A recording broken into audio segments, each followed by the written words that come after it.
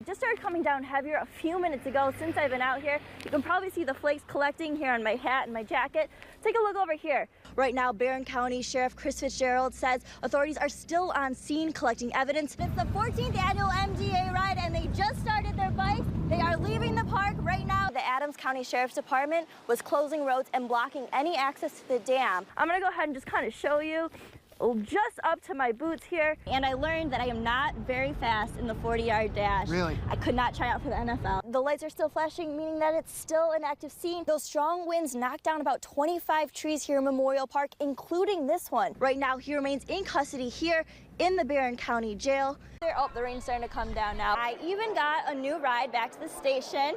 I am riding a muskie. You can kind of see the faint reflective outline of the firefighters. This is the good stuff. And you can see the Washington Monument behind us a little by making more baskets. Nothing gets better, it just changes. The family deserves closure. It was, it was a murder. Their daughter was taken not in a fair way, and they just need that closure. I have to deal with this every day. This is never going to go away from me. It's been a decade since the murder of 25-year-old Rochelle Anderson. She was killed at this gas station, which now stands empty. I hate driving by here. So standing on this property is extremely tough for me. But there too, one step at a time. For her father, Randy, as the years pass, the pain doesn't go away. It's really hard to drive by this year after year.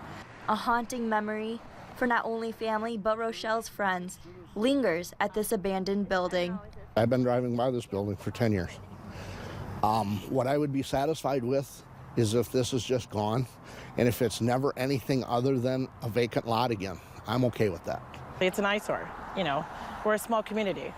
A lot of our revenue is based on tourists. They come through town. This could be a viable place that could bring revenue into the community and, help stimulate our economy. Tearing down the building would benefit not only the community, but a family in mourning. The family needs closure.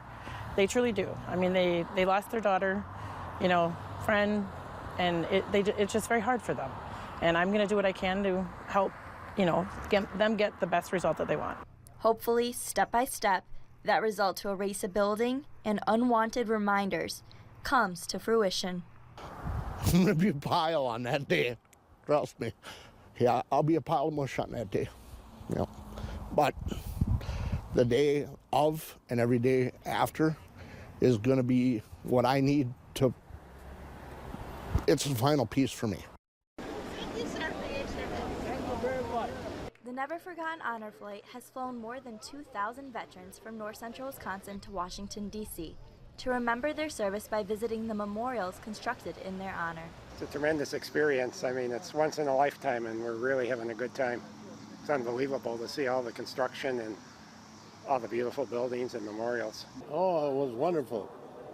Yeah, we had a good time here and can't kick it all. I enjoyed it very much.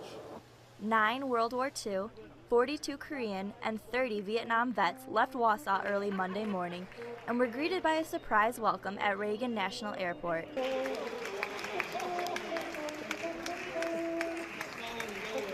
From there, a trip to the World War II Memorial, where vets took time to remember those who couldn't make the trip.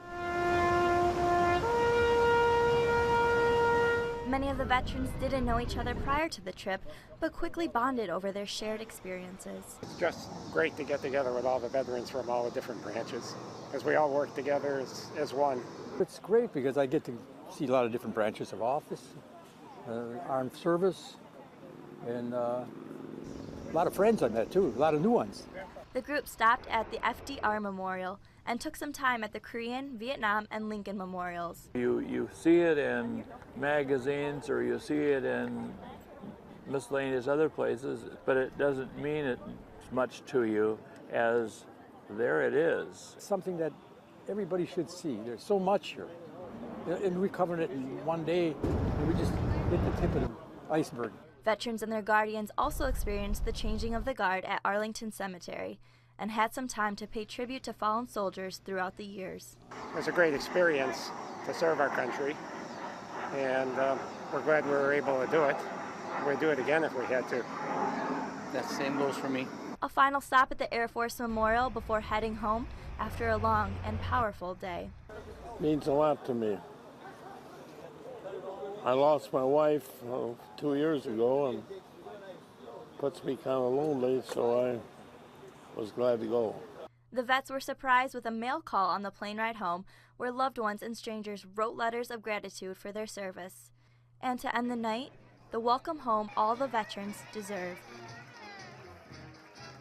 About 35 to 40 firefighters, including from Wausau Fire and Safer, set intentional fires on Monday as part of a yearly training exercise, learning how to investigate fires.